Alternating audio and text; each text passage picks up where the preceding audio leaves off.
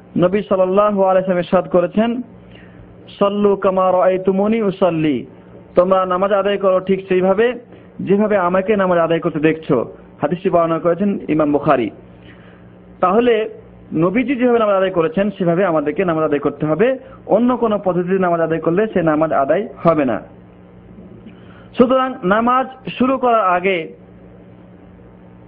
আমাদেরকে যে কাজগুলি করণীয় রয়েছে সেই কাজগুলি আমরা আলোচনা করছি, এরপর নামাজের মধ্যে প্রবেশ করছি। নামাজ শুরু করার আগে প্রথমে আমরা কিবলামুখী হয়ে দণ্ডায়মান হব।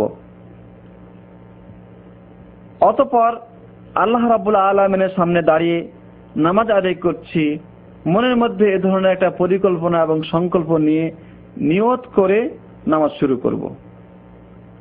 আমরা আগে উল্লেখ করে এসেছি যে নিয়ত মুখে উচ্চারণ করা ইসলামী শরীয়তে আল্লাহর নবী থেকে প্রমাণিত নয়, সুতরাং এটি একটি বেদাত, এটাকে পরিত্যাগ করতে হবে। বরং নিয়তের অর্থ সংকল্প বা ইচ্ছা, সুতরাং মনের মধ্যে ইচ্ছা সংকল্প করলে নিয়ত হয়ে যায়। অতএব নাওয়াইতু আন উসাল্লি লিল্লাহি তাআলা এ ধরনের বাক্য উচ্চারণ করা ইসলামের নতুন সৃষ্টি, বেদাত, পরিত্যাজ্য। নিয়ত করে কিবলামুখী হয়ে দণ্ডায়মান হব। অতঃপর হাত দুটিকে কাঁধ অথবা কান বরাবর উত্তোলন করে আল্লাহু আকবার বলবো। ডান হাতকে বাম হাতের উপরে রেখে বাম হাতের কবজি এবং অথবা বাহুর উপরে রেখে সেই হাত দুটিকে বুকের উপর স্থাপন করতে হবে। এই হাদিসটি বুকের উপর স্থাপন করা হাদিসটি আবু দাউদ এবং ইবনে খুজাইমাতে সহিহ riwayate বর্ণিত হয়েছে। ইমাম নববী বলছেন যে নাভির নিচে হাত রাখার হাদিস যেটা আবু দাউদে বর্ণিত হয়েছে হযরত আলী বিন আবি তালিব থেকে, সেই হাদিসটি সমস্ত মুহাদ্দিসিনদের ঐক্যমতে যঈফ বা দুর্বল। এই হাদিসের মধ্যে আব্দুর রহমান বিন ইসহাক আল ওয়াসিতি নামে একজন বর্ণনাকারী রয়েছে যিনি দুর্বল বা যঈফ। এই কথা ইবনে হুম্মাম বর্ণনা করেছেন ফথুল কাদির গ্রন্থে 1 নম্বর খণ্ড প্রথম খণ্ডে 287 পৃষ্ঠায়। তো বুকের উপর হাত বাঁধার পরে আমার দৃষ্টি থাকবে সিজদার দিকে, সিজদার স্থানে, যে জায়গায় আমি সিজদা করব সেই জায়গাতে আমার দৃষ্টি থাকবে, মাথা নিচু থাকবে। এরপরে সানা পাঠ করতে হবে। সানা হচ্ছে আল্লাহুম্মা বা'দ বাইনি ওয়া বাইনা খাতায়ায়া কামা বা'আদতা বাইনাল মাশরিক ওয়াল মাগরিবি আল্লাহুম্মা নাক্কিনি মিন খাতায়ায়া কামা ইউনাক্কা সাবুল আবিয়াদু মিনাদ দানাসি আল্লাহুম্মা ইগসিলনি মিন খাতায়ায়া বিল মা'i ওয়াস সালজি ওয়াল বারদি। এই সানা অথবা আমরা এটা পাঠ করতে পারি সুবহানাকা আল্লাহুম্মা ওয়া বিহামদিকা ওয়া তাবারাকা ইসমুকা ওয়া তাআলা জাদ্দুকা ওয়া লা ইলাহা গায়রুকা। আগের সানাটি বুখারী এবং মুসলিমে বর্ণিত হয়েছে এবং দ্বিতীয় সানাটি যেটা আমি উল্লেখ করলাম সে হাদিসটি আবু দাউদ, তিরমিজি, ইবনে মাজাহ, নাসাইতে বর্ণিত হয়েছে। অতঃপর নিচু আওয়াজে আউযু বিল্লাহি মিনাশ শাইতানির রাজিম বিসমিল্লাহির রহমানির রহিম পাঠ করবে। তারপরে যদি নামাজ উচ্চ কণ্ঠে হয় তাহলে সূরা ফাতিহা জোরে পাঠ করতে হবে, আর নিচু কণ্ঠে হলে আস্তে পাঠ করতে হবে। সূরা ফাতিহা পাঠ করা নামাজের অন্যতম রুকন। আল্লাহ নবী সাল্লাল্লাহু আলাইহি ওয়াসাল্লাম ইরশাদ করছেন, লা সালাতা লিমান লাম ইয়াকরা ফিহা বিফাতিহাতিল কিতাব, যে ব্যক্তি নামাজে সূরা ফাতিহা পাঠ করে না তার নামাজ হয় না। হাদিসটি বুখারী ও মুসলিম বর্ণনা করেছেন। তিনি অন্য riwayate বলেছেন, মান সাল্লা সালাতান লাম ইয়াকরা ফিহা বিফাতিহাতিল কিতাবি ফাহিয়া খিদাজুন খিদাজুন খিদাজুন গায়রু তামামিন, যে ব্যক্তি নামাজ আদায় করলো অথচ সূরা ফাতিহা পাঠ করল না তার নামাজ বাতিল বাতিল বাতিল, অসম্পূর্ণ। এই হাদিসটি বর্ণনা করেছেন মুসলিম। সূরা ফাতিহা পাঠ শেষ হলে আমিন বলতে হবে।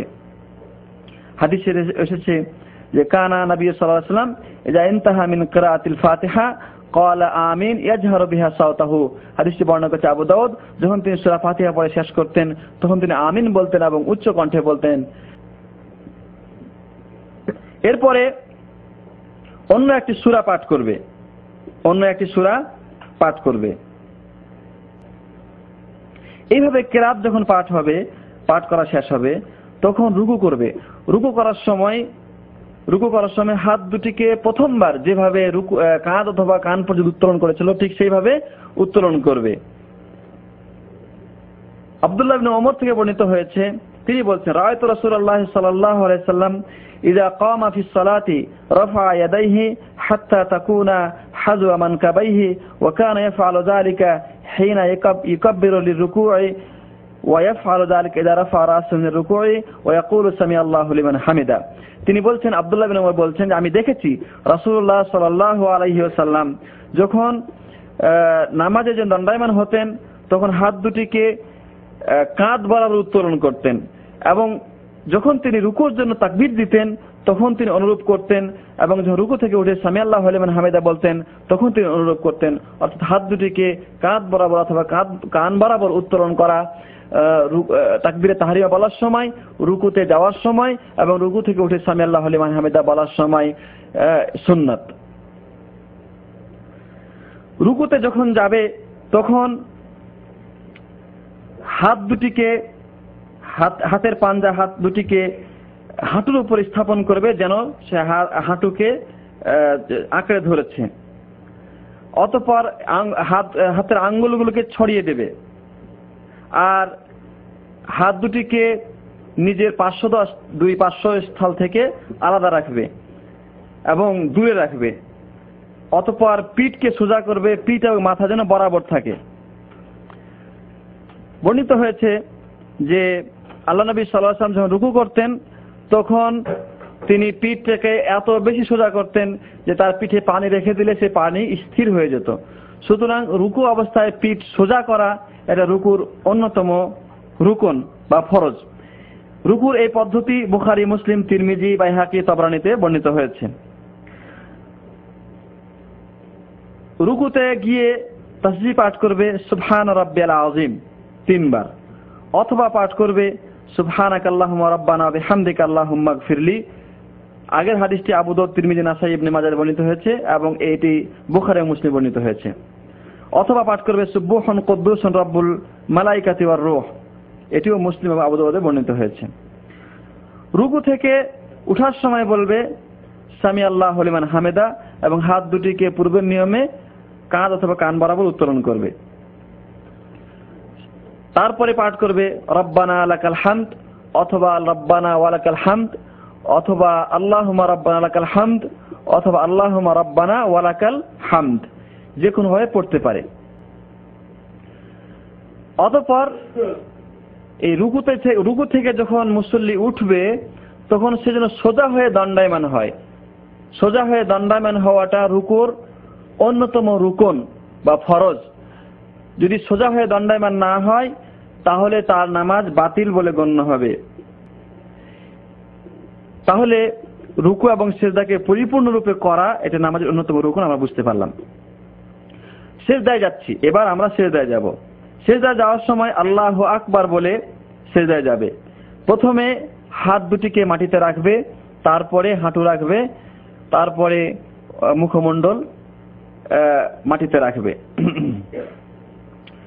যেমন রাসূলুল্লাহ সাল্লাল্লাহু আলাইহি ওয়াসাল্লাম থেকে বর্ণিত হয়েছে, তিনি বলেছেন যে ইযা সাজাদা আহাদুকুম ফালা ইয়াবরুক কামা ইয়াবরুকাল বাঈর ওয়াল ইয়াদা ইয়াদাইহি ক্বাবলা রাকবাতাইহি।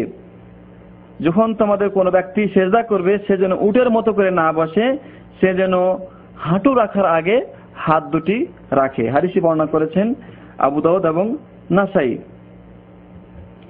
যখন মুসল্লি সিজদা করে তখন হাত দুটিও সিজদা করে। হাত সিজদা করার সময় 7টি অঙ্গ মাটিতে রাখতে হবে। 2 পা, 2 হাঁটু, 2 হাত এবং মুখমণ্ডল। মুখমণ্ডলে নাক এবং কপাল। নাক এবং কপালকে একটা অঙ্গ বলা হয়েছে। হাত দুটো কাঁধ অথবা কান বরাবর কিবলামুখী হয়ে থাকবে এবং আঙ্গুলগুলো একত্রিত করা থাকবে। কান অথবা কাঁধ বরাবর কিবলামুখী হয়ে থাকবে। আর নিজের হাত দুটোকে মাটি থেকে উপরে রাখতে হবে। হাত দুটোকে মাটি থেকে উপরে রাখবে, নিজের দুই পার্শ্বদেশ থেকে আলাদা রাখতে হবে। পিছন দিকে পা দুটো মিলিয়ে দিতে হবে। আর সিজদায় যাওয়ার সময় যাতে করে নাক এবং কপাল উভয়টা মাটিতে থাকে। অনেকে যেমন কপাল শুধু মাটিতে রাখে, নাক রাখে না, এটা বিশুদ্ধ নয়। এই সময় পাঠ করবে, সিজদায় পাঠ করবে সুবহানা রাব্বিয়াল আ'লা, সুবহানা রাব্বিয়াল আ'লা 3 বার পাঠ করবে। সিজদা থেকে উঠবে আল্লাহু আকবার বলে, উঠে বাম পাকে বিছিয়ে দিবে এবং ডান পা খাড়া রাখবে। ডান হাত ডান রানের উপরে এবং বাম হাত বাম রানের উপরে স্থাপন করবে। যদি হাত দুটিকে হাঁটুর উপরে রাখে তাতেও কোনো অসুবিধা নেই। এইভাবে প্রথম সিজদা করলো, প্রথম সিজদা থেকে উঠলো। এখন সে পাঠ করবে রব্বিগফিরলি, রব্বিগফিরলি। অতঃপর প্রথম সিজদার মতো তাকবীর দিয়ে আল্লাহু আকবার বলে দ্বিতীয় সিজদা করবে এবং সিজদা থেকে উঠে একটু বসবে, সামান্য একটু বসবে। এটাকে জালসা ইস্তিরাহা বলা হয়। বুখারী শরীফে বর্ণিত হয়েছে মালিক বিন হুওয়াইরিস থেকে, আল্লাহর নবী সাল্লাল্লাহু আলাইহি ওয়াসাল্লাম প্রথম রাকাতে দ্বিতীয় সিজদা থেকে উঠে সামান্য একটু বসতেন, তারপরে দণ্ডায়মান হতেন। এখন এই দ্বিতীয় রাকাত প্রথম রাকাতের মতোই আদায় করবে, তবে এই ক্ষেত্রে সানা পড়তে হবে না এবং আউযুবিল্লাহ পড়তে হবে না। বিসমিল্লাহ বলে সূরা ফাতিহা দিয়েই শুরু করবে। অতঃপর প্রথম রাকাতের মতোই এই রাকাতকে পরিপূর্ণ করবে। নামাজ যদি 2 রাকাত বিশিষ্ট হয় তাহলে দ্বিতীয় সিজদার পরে তাশাহুদের জন্য বসে যাবে। বসার সময় বাম পা বিছিয়ে ডান পা খাড়া করবে এবং এই অবস্থায় বাম হাত বাম রানের উপরে এবং ডান হাতকে ডান রানের উপরে রেখে হাতটাকে মুষ্টিবদ্ধ করবে। সমস্ত আঙ্গুলি মুষ্টিবদ্ধ করে তর্জনী আঙ্গুলটিকে খাড়া করবে এবং সে আঙ্গুলকে এভাবে হিলাবে এবং দোয়া করবে। আত্তাহিয়াত থেকে শুরু করে শেষ পর্যন্ত এই আঙ্গুল হিলাতে হবে। সর্বনিম্ন এটাকে খাড়া রাখবে এবং এই বর্ণনা মুসলিম শরীফে রয়েছে। আল্লাহ নবী সাল্লাল্লাহু আলাইহি ওয়াসাল্লাম এভাবে আঙ্গুল খাড়া রাখতেন এবং দোয়া করতেন।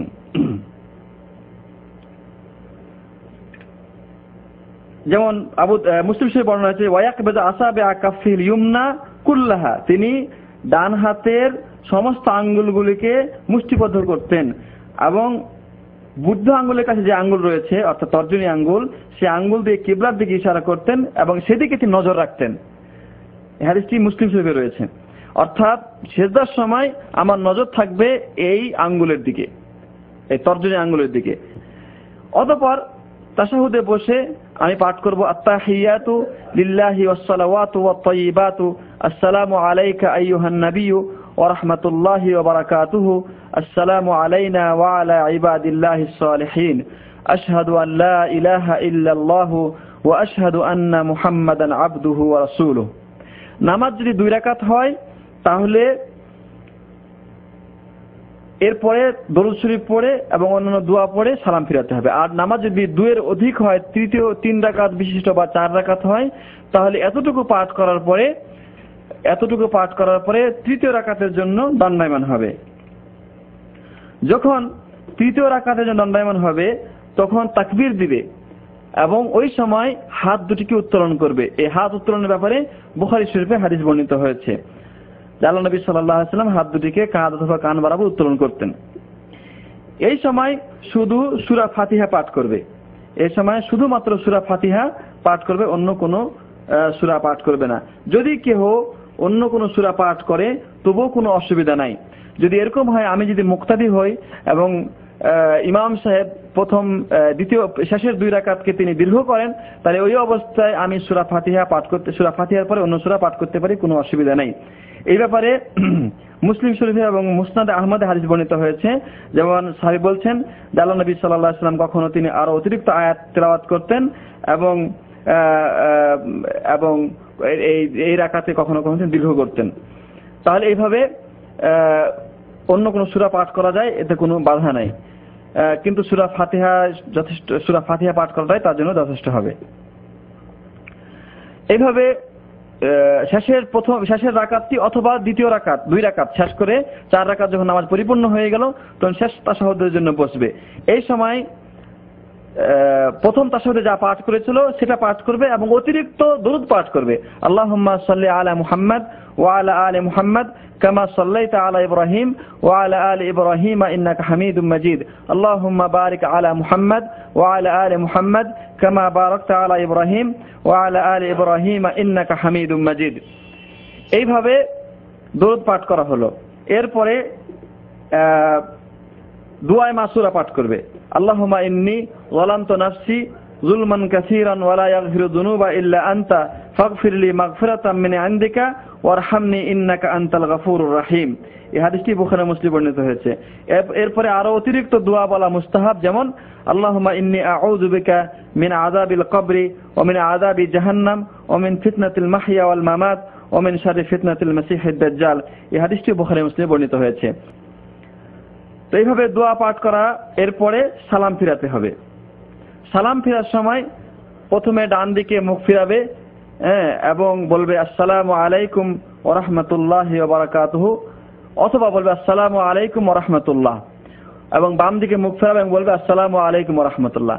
বাম দিকে এবং ডান দিকে মুখ ফেরানোর সময় এতটুকু মুখ ফেরাবে যাতে করে পিছন থেকে গালের সাদা অংশ দেখা যায়।